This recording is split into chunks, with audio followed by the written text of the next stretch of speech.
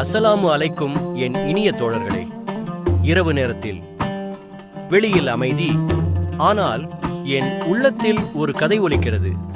ஒரு உண்மை கதை. நீங்கள் எல்லோரும் கேட்டிருக்க வேண்டும். ஆனால் இன்று நான் இதை பேசுகிறேன். ஆமாம், அவர்தான் அல்லாஹ்வின் சிங்கம் ஹம்சா. உங்களை அந்த நாட்களுக்கு கூட்டி செல்கிறேன், வாருங்கள்.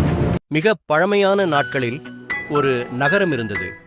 அந்த நகரம் மக்கா, அதன் மத்தியில் காபா. அந்த நாளில் நபிகள் நாயகம் ஸல்லே தனது இஸ்லாத்தின் பரப்புரை நிலைநிறுத்தி வந்தார். ஆனால் அவருடைய எதிரிகள் குறைஷியர்கள் அவரை அவமதித்தனர். அவர்களில் முன்னணியில் இருந்தவர் அபூ ஜஹல். அவன் இஸ்லாத்தின் எதிரி. அவன் காபா அருகே நபிகளை நிந்தித்தான், கொடுமை செய்தான். மக்களும் சிரித்தனர். ஆனால் யாரும் எதிர்க்கவில்லை. அங்கே ஒரு அடிமை பெண் இதை பார்த்தாள். மனம் வெதும்பினால் இதை யாரிடம் சொல்வது என்று யோசித்தால் அவளுக்கு ஒரே ஒரு பேர் நினைவில் வந்தது, ஹம்சா. அவள் ஓடினாள். அவள் மூச்சு மூடிக்கொண்டு சொன்னாள், ஹம்சா, அபூ ஜஹல் உன்னுடைய சகோதர புதல்வனை அவமதித்தான்.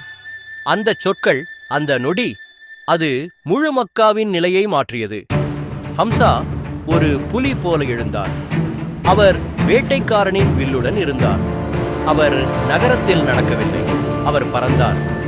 அவர் நேராக குறைஷியர்களின் மத்தியில் சென்றார். கையில் வில், ஓர் வார்த்தையும் இல்லை. அபூ ஜஹலின் தலையில் ஒரு பயங்கரமான அடி. அவன் அதிர்ந்தான், அங்கேயே நின்றான். மக்கா முழுவதும் அமைதி.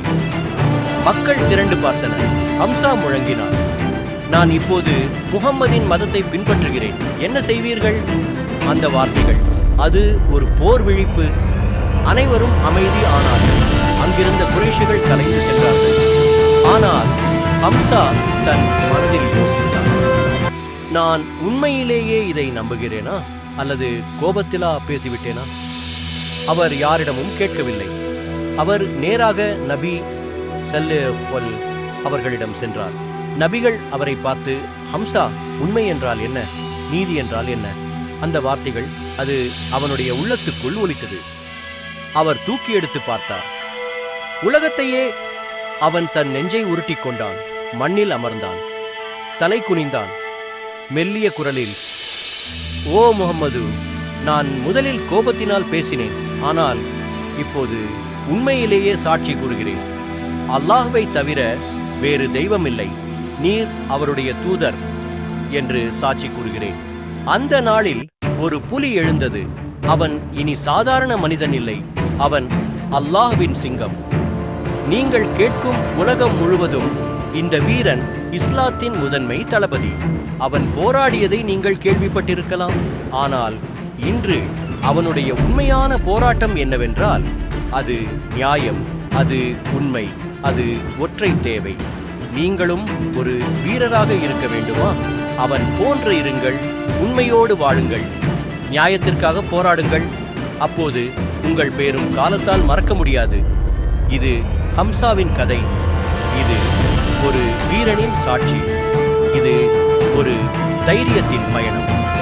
உண்மையான வீரம் மற்றும் வீரர்களை பற்றி தெரிந்து கொள்வோம். நன்மை ஏவி தீமை தடுப்போம். இன்னும் அதிகமாக கற்றுக்கொள்வோம். அஸ்ஸலாமு அலைக்கும்.